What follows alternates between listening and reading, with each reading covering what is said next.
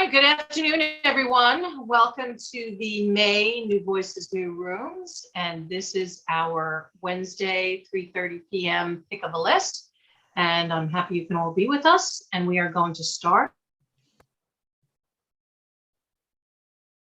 with Eric. Oh, take it away, Eric. Hey, I'm Eric. I'm with HarperCollins. I'm glad we're all here together. I've got 10 minutes to show you about a dozen titles from our fall list that will be coming out in just a few short months. Just a housekeeping note, they're all hardcovers and they're all in chronological order of release. So the first one I'm going to talk about is coming out around Labor Day, and the last one I'll talk about is going to be right after Thanksgiving. So here we go. It's we start with Two Lives of Sarah. It's Catherine Adele West.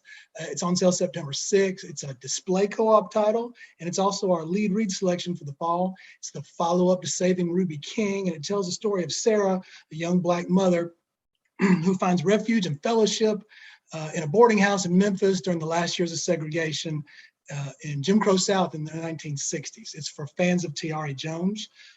Sarah's an unwed mother with a new baby. She leaves Chicago for Memphis and finds work as a cook for Mama Sugar, who's the owner of a boarding house. Sarah starts to have hope for her future, and a romance develops with Jonas. He's a local school teacher, but everyone has secrets, and including Mama Sugar, and Mama Sugar is starting to catch up with them, and Sarah and Jonas get caught up in the crosshairs. The theme of fighting for racial justice kind of rings true still to this day, and we think this makes a solid book club pick. Mosquito Bowl, that's Buzz Bissinger. It's on sale September 13th. We've got a 6-copy signed carton available. Buzz returns to the football world for the first time since Friday Night Lights. It's an untold tale of World War II that will appeal to fans of Boys in the Boat.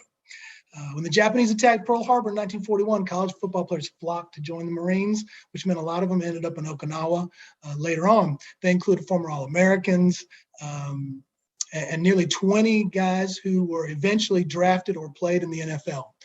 On Christmas Eve 1944, in a football game between two Marine divisions that had a lot of these football players in it, they dubbed that the Mosquito Bowl. And within months of that, 15 of the 64 players that participated would die in the Battle of Okinawa. It's the story of these young men, their families, of their duty, their sacrifice, and the national loss of innocence when a generation of people went from the playing fields to the battlefield. Hero of this book is Elizabeth McCracken. It's on sale October 4th. It's also a display co-op title. It's a novel about a writer's relationship with her larger-than-life character mother, and it's also about the nature of writing, about memory, of art, and truth. And McCracken draws from a personal experience from this kind of a fresh and sometimes funny exploration of grief and the bond between a mother and child. It ultimately also becomes a lesson in what it means to live and to write. Anybody who's lost a loved one will recognize some of their own grieving processes in this novel. And McCracken is the author of 8 books, including Bowl Away, Souvenir Museum, Thunderstruck, and Other Stories, which won the 2014 Story Prize and was longlisted for the National Book Award, and The Giant's House, which was a National Book Award finalist. Dying of Politeness. This title and this jacket just came, well, there's no jacket, but the title and author were just revealed. It's one of those untitled anonymous for a while there in your catalogs. I'm sorry, we're Cooking with the Spirit. I'm sorry, I went Cooking with the Spirit. That's also doesn't have a jacket, but Cooking with the Spirit, that's Tabitha Brown. It's on sale October 4th. Tabitha Brown's first cookbook is the follow-up to her #1 best-selling inspirational memoir, Feeding the Soul.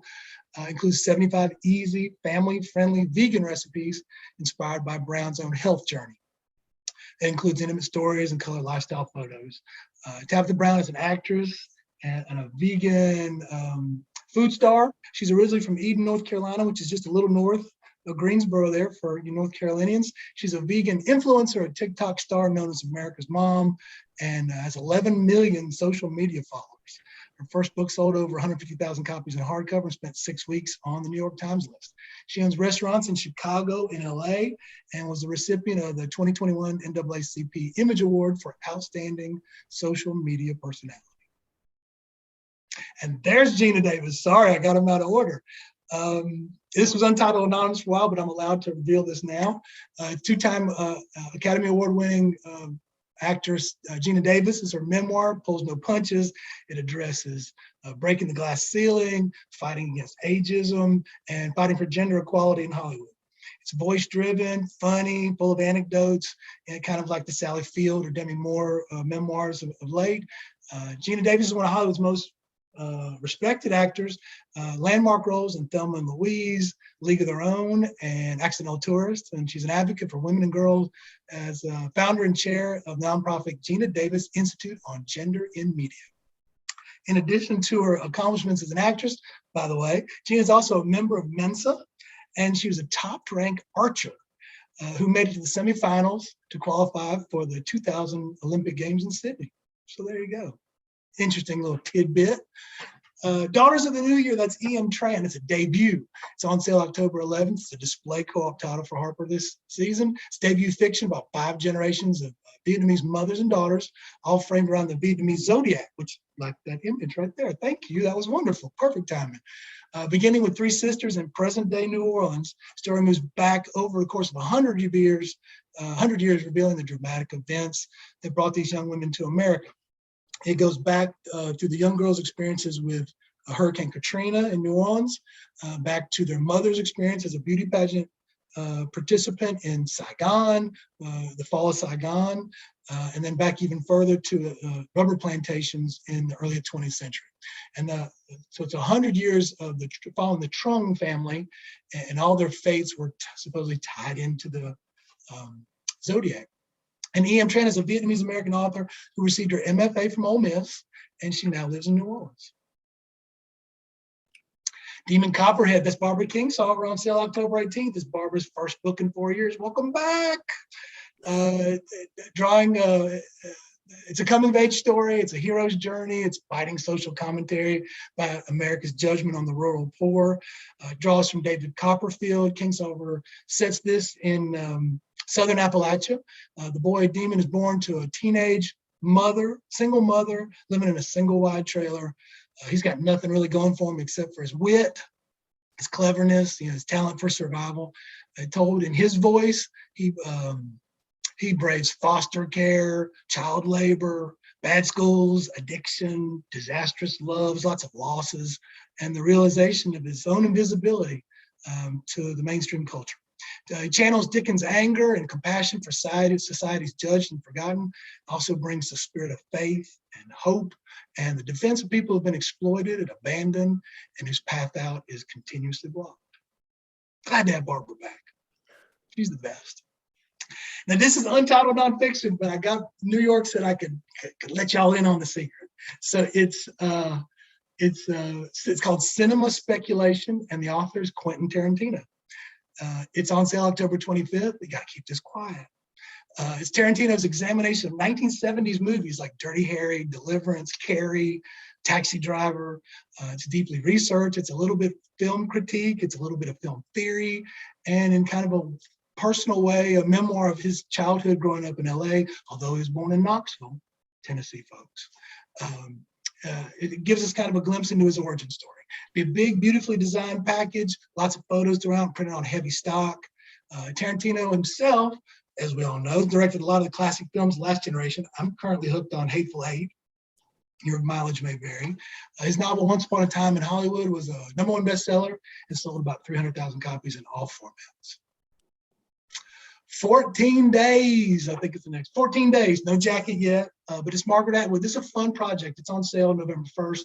It's from the Authors Guild. Atwood's the editor, and she pulls together about 40 of the most diverse and kind of big name authors in modern literature to create one single story about surviving the COVID lockdown.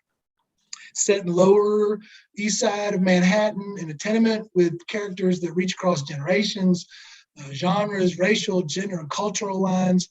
Each author's voice who contributes, they do a chapter, but they don't tell you, you don't know until the end who wrote what. So it's kind of a fun guessing game of which writer wrote that part. It's a who's list of contributors, including Margaret Atwood, Douglas Preston, Dave Eggers, John Grisham, Diana Gabaldon, R.L. Stine, Louise Erdrich, Neil Gaiman, Tommy Orange, and 30 others. It's going to be a big fun project, and all the proceeds go to the Literary Guild Foundation. Now is not the time to panic, even though I'm getting toward the end of my time. It's Kevin Wilson. It's November 8th on sale. It's a sweet, big-hearted novel about two teenage misfits and the art they make one summer and how it changed their lives forever. It's set in Coalfield, Tennessee in the 90s. That's just a little northwest of Knoxville. Two kids make a poster, and it includes a mysterious phrase. This phrase is going to burn into your brain. The edge is a shanty town filled with gold seekers. We are fugitives, and the law is skinny with hunger for us. What the hell does that mean? It's awesome, though. They start hanging these posters all over town anonymously, and the town kind of spins out of control, not knowing what it means. They don't know if it's a satanic cult, it's a new heavy metal band coming to town, but ultimately it results in a tragedy. And 20 years later, one of the kids, one of our two main characters, has become a famous children's book author, and a reporter comes to the door one day and kind of outs her for her participation in the Coalfield Panic of 1996. Kevin's previous novel, Nothing to See Here, about the combustible kids, that was a Jenna and Today Show pick. It's a New York Times bestseller, and all 5 of his books together sold over 700,000 copies. And he's from Sewanee, Tennessee. We love Kevin. Eric, we've run out of time, so let's do one more. I'm sorry? I was going to say we've run out of time, but I'll let you finish this one more.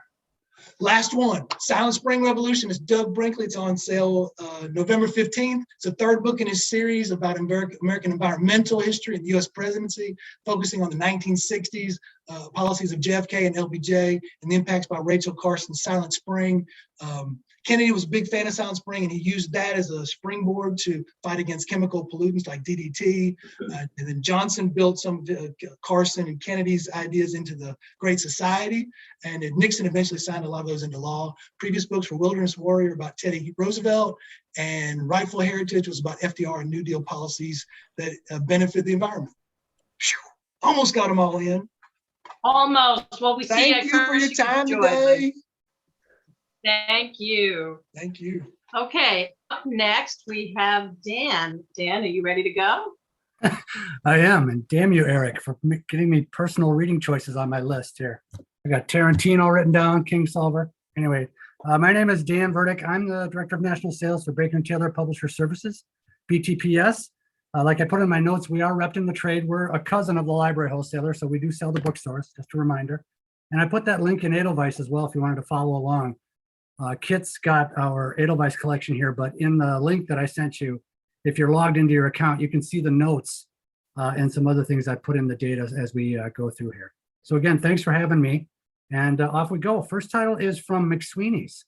This is one of the publishers we distribute. This is a new collection of essays and stories. There are a couple of stories in here called I Know What's Best for You. These are stories on reproductive freedom. So it's a range of voices talking about one of the most timely issues in our culture today, with that Supreme Court decision being leaked. Reproductive rights and abortion rights have never been in the news more than lately. These are, there's a sailor in here in the US Navy who has to make a career choice when she gets pregnant.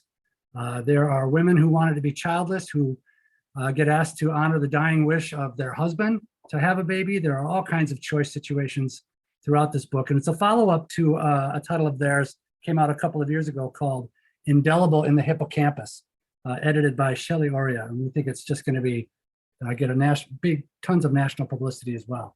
So if you have customers looking for essay collections or literary titles on this topic, we feel it's very timely.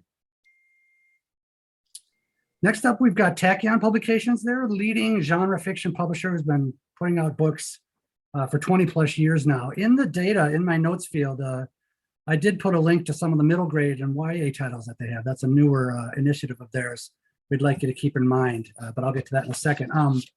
Neom is the follow-up to Lavi Chidar's book Central Station, which came out in 2016, about the off-world station that's set on the borders of the Red Sea. Neom is the city it's located in. And he's a World Fantasy Award winner. His Central Station won the Geffen Award, the Cian Award, the Campbell Award, and the Newcomb Literary Award. It's this crazy combination of mechanized robots and other creatures now on Earth. It's 200 years in the future. And this robot in this story finds a golden man buried in the desert, and teams up with this orphan Elias, who's headed off in a caravan to see if he can barter his way off Earth, and this loyal Shirta officer and this flower-selling character named Miriam. So it's this crazy hodgepodge, all of science fiction and fantasy sort of blend in this author's work. It's just wonderful. And then again, like I mentioned, in the notes field in the data here, I put a list of some of their science fiction and fantasy titles for younger readers. I don't know if you saw it, but obviously you saw it. The Newbery winner was a science fiction story. It's always kind of interesting when that surprises people that, oh yeah, that's a very, very popular genre. And then in the data as well as a Publishers Weekly article on the popularity of science fiction. This is one of the leading science fiction publishers in the world, in my opinion. They gather starred reviews for each book like they're candy. And this will be another title like that. So please keep that in mind for a range of readers. But Lavi Tidar's new book is going to be fantastic. Next up is Daisy. Oh, there you can see Central Station and Lavi Tidar's current book, The Escapement, just came out. Next up is Daisy by Libby Sternberg. This is a retelling of The Great Gatsby from the perspective of Daisy Faye Buchanan, who it turns out is kind of one of the most controversial characters in literature. I didn't realize people either liked or disliked her. I'm one of the ones who wish she would have gone with Jay. But it's got a fantastic opening sentence. Nick made a lot of money off my story, is how she starts it. And it was a quarterfinalist in the Publishers Weekly fiction contest, which called it a poised composure that reads like a continuation of Fitzgerald's prose. And I got that feeling when I read it too. It's very much like you would expect her to sound, very breezy, very literary.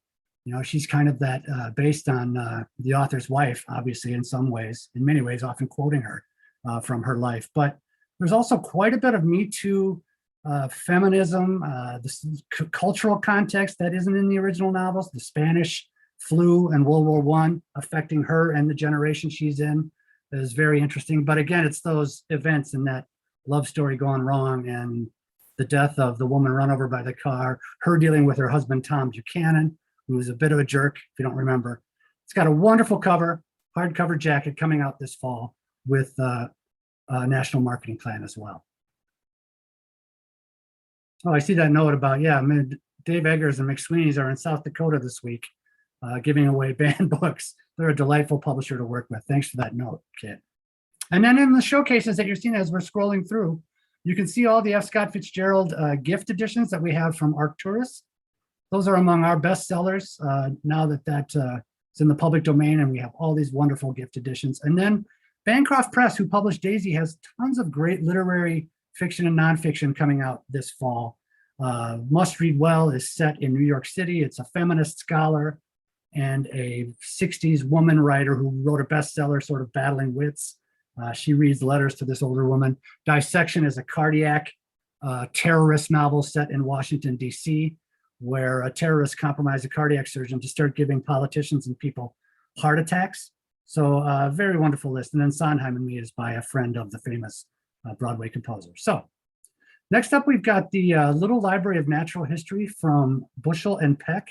Bushel and Peck is headed up by the publisher named David Miles. He used to be the creative director for Familius. I don't know if you know that publisher, but he broke off from them. It's got wonderful design sense. They took vintage illustrations that are still scientifically accurate from older publications, and they put tons of colorful text features and information. There's mammals, insects, birds, all kinds of titles in this little library. There's 4 now available and 4 coming this fall. And I don't know if I mentioned it, but all of these titles I'm going through are in the galley room as well. We think they're delightfully designed. They're juvenile bisects, but I could see adults picking these up as well. Just a great way to sort of get fun science into young readers' hands. And then the last couple titles, this is a lead title for fall called Cultured Donuts. This asks, what if fine artists made pink glazed donuts? Did Jackson Pollock invent sprinkles, in other words? So we've got Renaissance masters, modern masters, impressionists. And this author is an art teacher and artist herself who talks about brush and painting techniques, as well as why these authors were important, or painters were important, and some of their more famous works as well. I think it's got a really funny title. and angle. And if you're going to be at Children's Institute, be sure to stop by our booth. I'm giving away scented donut erasers with copies of this book. And then last up, we've got a couple of the latest title in the Arcturus Children's Reference Series. These are $14.95 full color encyclopedias with jacket. There's 20 of them available now. One of the most popular series we have now. Again, at Children's Institute last year, one of the biggest issues was still closing that pandemic education gap. And we think that's one of the reasons these titles continue to pick up and sell very well. But we have sharks this year, this fall. We also have predators and dinosaurs and knights and castles and unexplained mysteries and a range of both hard science and sort of fun topics for kids to read about. That's it for us. Thank you, Dan. And as Dan mentioned, you can pick up these titles in the gallery room. And up next, we have Abby. Hi, everyone. Thanks to NABA and SIBA for putting this on. I'm Abby Fenewald. I'm the WW Norton SIBA rep and like a little piece of NABA. I see some folks in the room who I don't know. So in case anyone is unaware, we do our own distribution and I could be your rep. So if you don't work with us, please shoot me an email and we can see what might work for you. I'm going to look at some paperbacks to start us off here, just quick notes here. So Floaters, this you might recall, won the National Book Award for poetry back in the fall. It came out in paperback this week.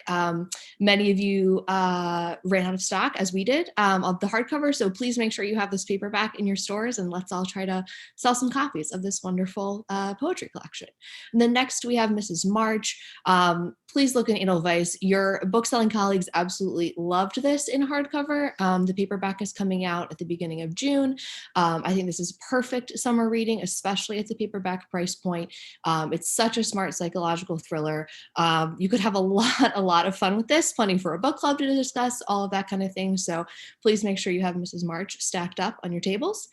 And then towards the end of the summer, The Family Chow will come out in paperback. This, you might recall, just came out in hardcover in February. So we haven't had, a fall or holiday season selling this book yet. I think we can all have really good success with this. It'll be a super easy hand sell. It's that kind of big family drama that really every sort of reader likes. So please make sure this makes its way onto your front tables. And then Fuzz by Mary Roach, also coming in paperback right at the end of the summer. This saw such great success in hardcover thanks to all of your efforts with our fabulous pre-order campaign that the Indies did with Mary Roach. And so I think, again, we can have more success than ever with this in paperback. The rest of Mary's backlist is getting re-released with new covers in October. And so all of these are going to look so good on display together, on the shelf together for the whole fall. I think so many of you had good sales from Mary, and it's been enough time that with little facelift, you can find a whole new readership for her books. And then moving into some new titles. So these are mostly summer books and then a little preview of fall. So Black Folk Could Fly is coming in August. This is selected writings from Randall Keenan. Many of you will recall he very tragically passed away in the summer of 2020, very suddenly, just a couple of weeks after we published his short story collection. And so it feels like with the outpouring of love that we saw for him all across the South in particular, as he's from North Carolina, now is the time to really celebrate his life and his work with a collection like this one. Tayari Jones wrote the introduction. It is gorgeous. Please make sure you have this coming into your stores. It's going to be very exciting. And then next we have I Am From Here. This is a cookbook by Vishwesh Bhatt. He is the executive chef at Snack Bar in Oxford, Mississippi. So great James Beard Award-winning Southern chef. And he immigrated to Mississippi from India. And once he started learning about Southern American cooking, he realized there was all this overlap in the ingredients that are central to both, his native cuisine and Southern cooking. I mean, there's a whole chapter about okra. You can see it right there. So tons and tons of wonderful recipes in this one, and it is going to be beautiful. So we're very excited about that. Yes, Emily, Emily's hyped. Everyone else has got to get hyped too. And then Hawk Mountain, this is a debut novel coming out in July. Perfect summer debut. I feel like I was so pleasantly surprised to see all the love coming in for this one on Edelweiss. Please check out all the great reviews from your fellow booksellers. It seems like this one really found its home with that suspense and even sort of horror crowd. The premise is this single father and his son are on the beach enjoying themselves when this man comes up to them. He turns out to be the father's old bully from his school days. He seems like he wants to make things right, but of course, everything is not as it seems. It gets into themes about moving past trauma and toxic masculinity, but also just has a great, thrilling, propulsive plot. Next, we have Empire of Dirt. This is one of my favorites on the whole summer list. This is paperback original, hooray! Perfect for summer. And if you'll know, it's just very short, 200 pages, truly. You're in, you're out, you're on your way. This is set in 1990s Italy and is translated from Italian, but it's just a pretty straightforward coming of age novel. This young girl's trying to figure out her relationship with her mother, her sexuality, her friendship with her best friend because they like the same boy. And then just like some weird stuff is happening at her house. And maybe it's because of the old family curse, but her grandmother's like not really sure. So just like a little bit of a twist in there. But lots of great, normal summer themes there. Next, for your summer history reader, we have France by Graham Robb. He's written about France in many other books. Parisians is still on the shelves in many, many of your stores and still selling well more than a decade after publication. So this is more of him really at his best. In this one, he's bicycling around the French countryside, teaching you about French history. It's super readable, super charming. He's the best. He ends up, on all the NPR shows and that kind of thing, because people just find him a delight. So another one that'll just be perfect to have out front all summer. And then looking to the fall, Indigenous Continent by Pekka Hamalainen. This is a total reconsideration of North American history over the course of centuries from a scholar who lives and works across the Atlantic Ocean from us. So I think it's one of those things where sometimes you really need a scholar who isn't from here to write this history in an actual, fresh, new way. He's very much looking at this from the perspective of the Indigenous Americans. And so he's like, yeah, the colonial Americans, they didn't really have that much control over a lot of the continent for centuries. They were just kind of hanging on, trying to form their little towns, but really the control remained with the native people. So it is a truly refreshing way to look at that history. And I think it's going to be a big, big deal. He's a big prize winner. And then next we have The Grimke's by Carrie Greenidge. This is the history of the Grimke family. They're one of the most well-known interracial families of the 19th century. But of course, what we know about is mostly the white family, not the Black members of the family. And so Carrie is correcting that history. This is a big counter narrative. I think the two books, Indigenous Continent and The Grimke's together, they really speak to what Live Right is publishing in terms of these big histories that are going to find a place on your shelves and also be big prize winners. And then lastly, Natural History by Andrea Barrett. I think so many of you have heard me talk about this book at length already because I'm kind of obsessed with it. But Andrea Barrett became famous back in 1996 because her book Ship Fever won the National Book Award. I know many of you are probably longtime fans if you've been booksellers since the 90s, but she hasn't had a book in almost a decade. This is her at her best. It is stories in a novella. It's going to be perfect for all of her fans. It's going to be perfect to introducing her to a new readership. You might guess thematically based on the title, it is a lot about the natural world, about early science, about early medicine, and just some of the most beautifully written short stories you can find. Her editor was saying that he was talking to short story writers like Karen Russell about how much she was an influence on how they write. So it is fabulous. I am so excited. You have to read it. It's going to be one of the best things we publish this fall. And that's it. Thank you so much, Abby. And up next, we have Fraser.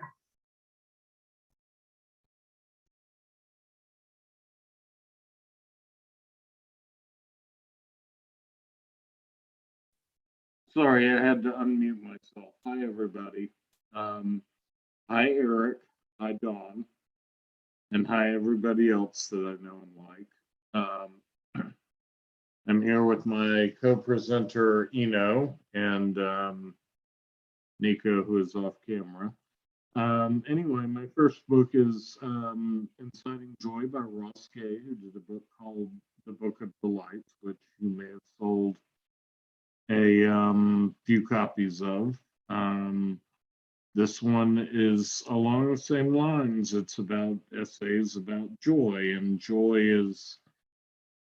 is not the absence of depression. It's what gets you past depression. So it's Ross Gay. You'll sell it. Next up, we have a one that's dear to my heart, The Miracle of Salt. Now, if you're Southern, you like salt. And this is Naomi Dogood.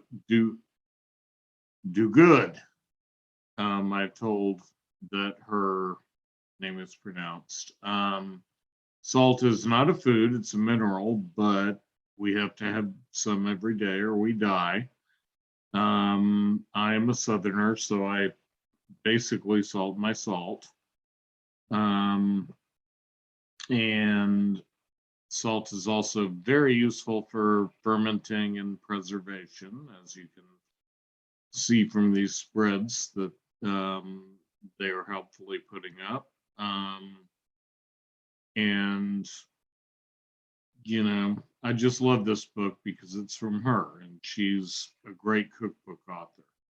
Okay, then let's move on to The Grand Design from Harper Muse. This is Joy Calloway. She's writing about the Greenbrier Resort in West Virginia, and they were going to call it the Greenbrier Resort, but then the Greenbrier Resort said they were going to sue them, even though it was not a negative portrayal at all. But Dorothy Draper was arguably the first interior designer in North America, and is thus probably responsible for everything you see on HGTV every day.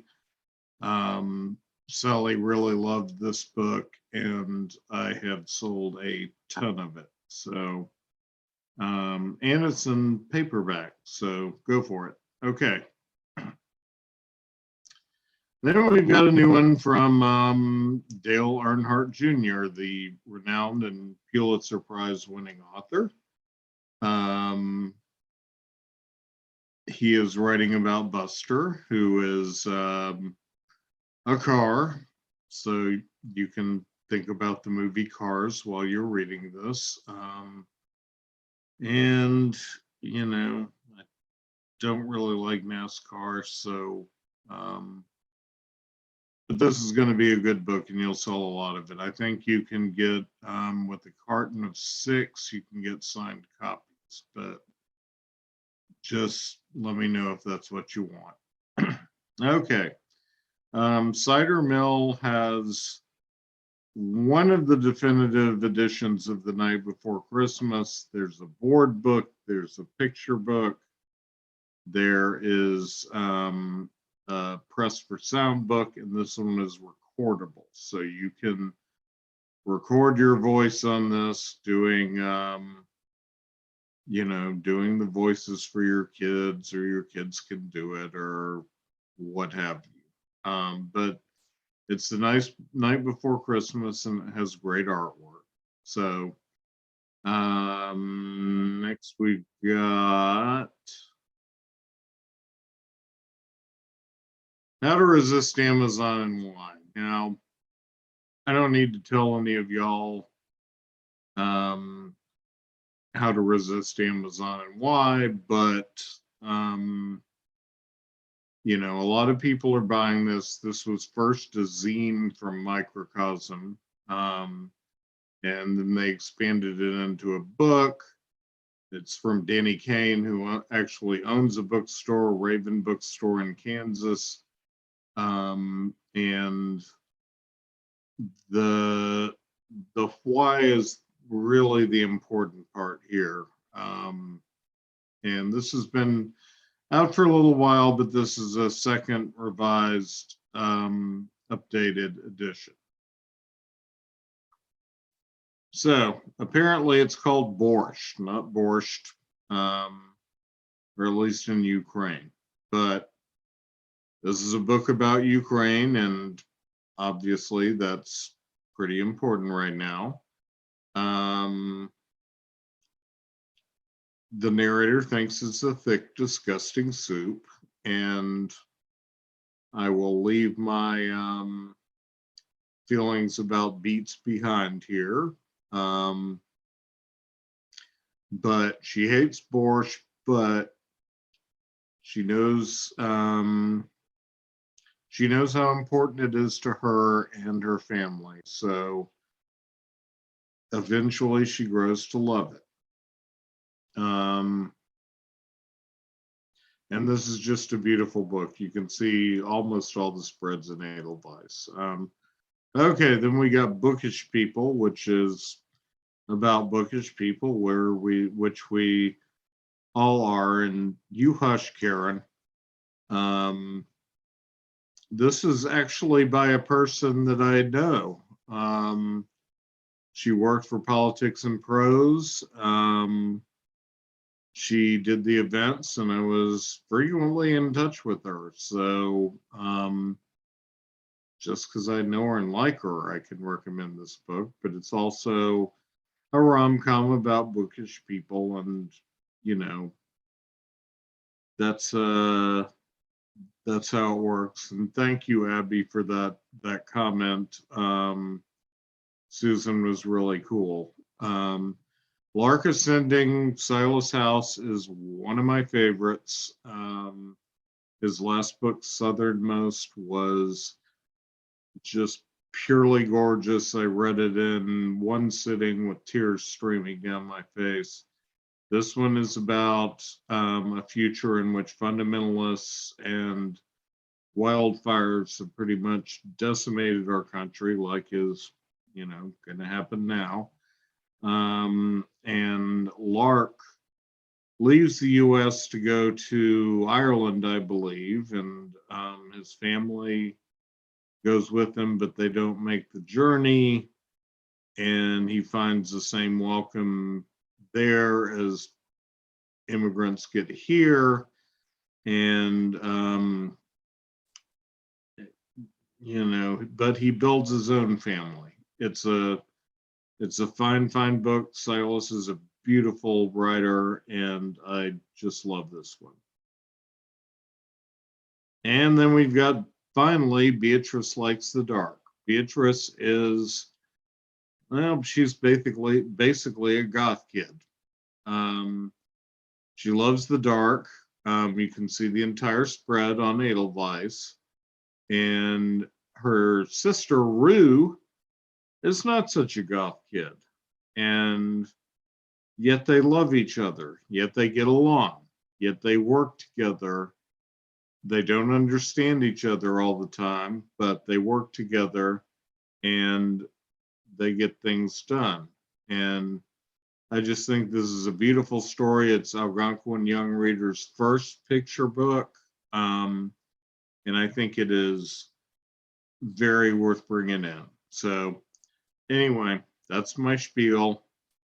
So if anybody needs anything, just email me at fraser@comosales.com. Most of you know this. I know you do, Christine. Anyway, thank you very much for having me. Thank you, Fraser. All right, up next we have Melissa. Hi, everyone. everyone. My name is Melissa Hurt from Simon & Schuster, and I sell to indies in the SIBA region and a little bit of NEBA as well. And to kick off my rep picks, I want to talk about It Starts With Us, on sale October 18th. Very fitting.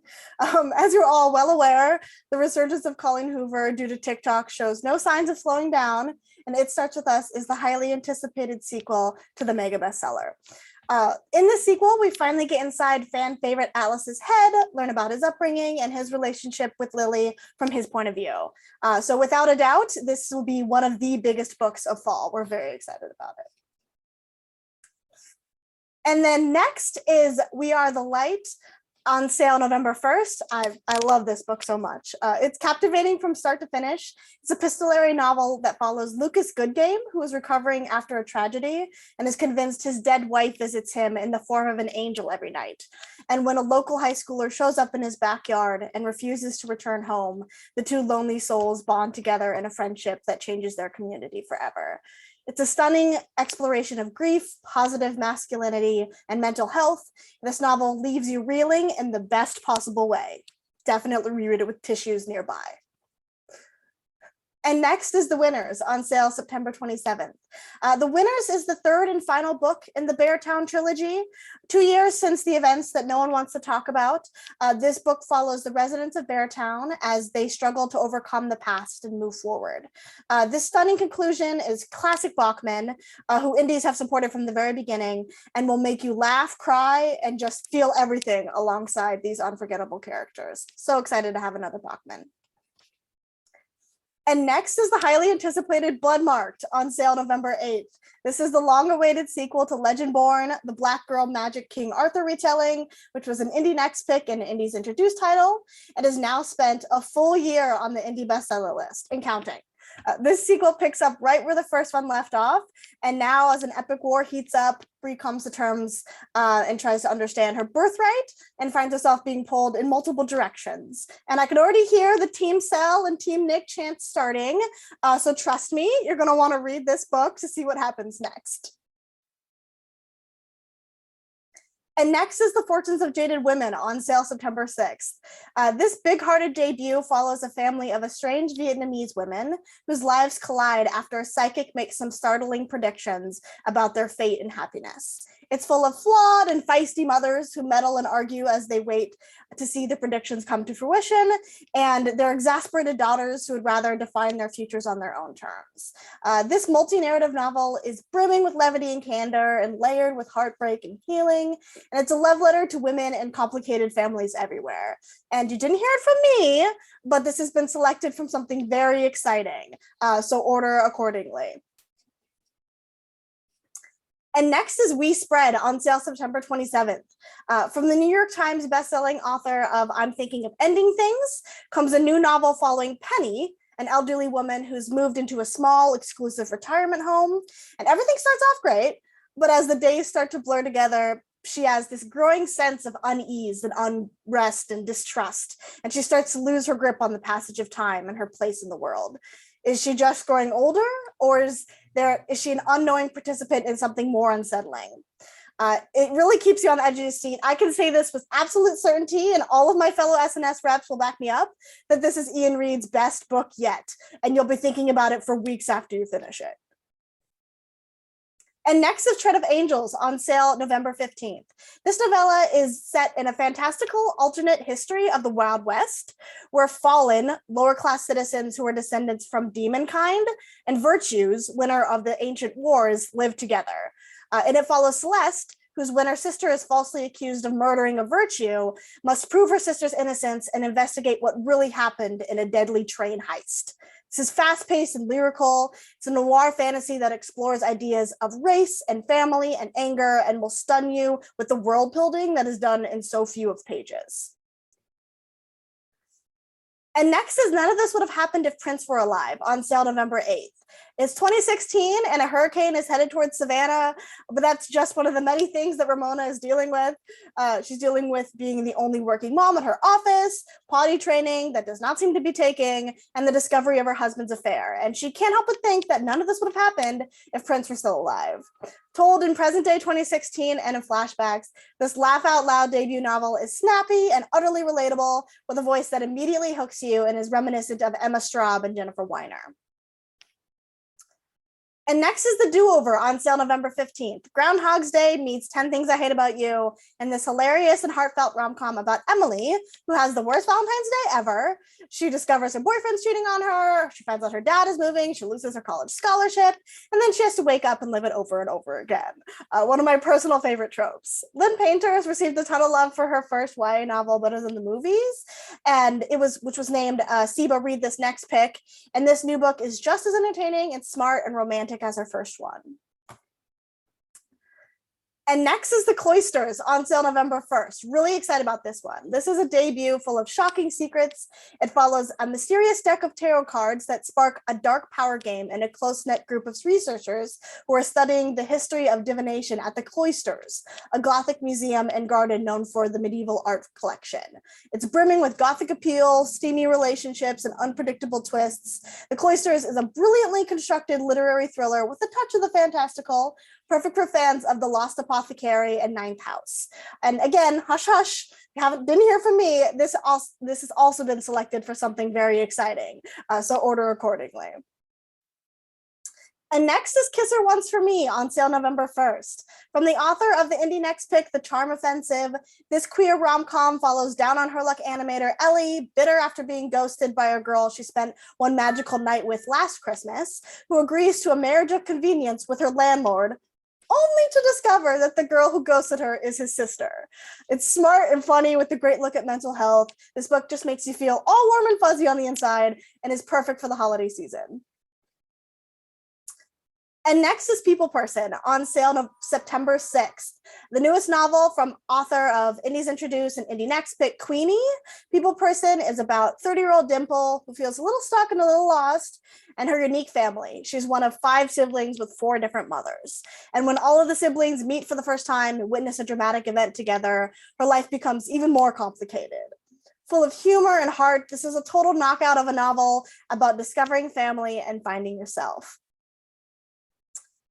And next is Silver Under Nightfall on sale September 13th. Vampires are back, baby. Or if you're me, they really never left.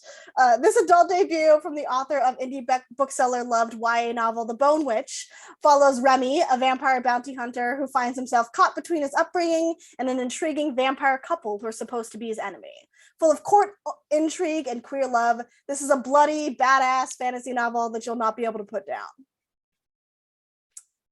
And then last is The Philosophy of Modern Song on sale November 1st. This is Bob Dylan's first book in over 10 years since he last won the Pulitzer Prize, and is made up of over 60 essays about the art of songwriting, focusing on songs by other artists, from Stephen Foster to Elvis Costello to Hank Williams to Nina Simone. And running throughout the book are over 100 carefully curated pages, making it a great gift book for the fall. Thank you all for listening to my rep picks. I want to remind you we have a new indie bookseller newsletter, so make sure you and all your booksellers are signed up to keep up to date on new releases and request arcs, learn about indie exclusive events and pre-order campaigns before they hit the press. Thanks again. Thank you so much, Melissa.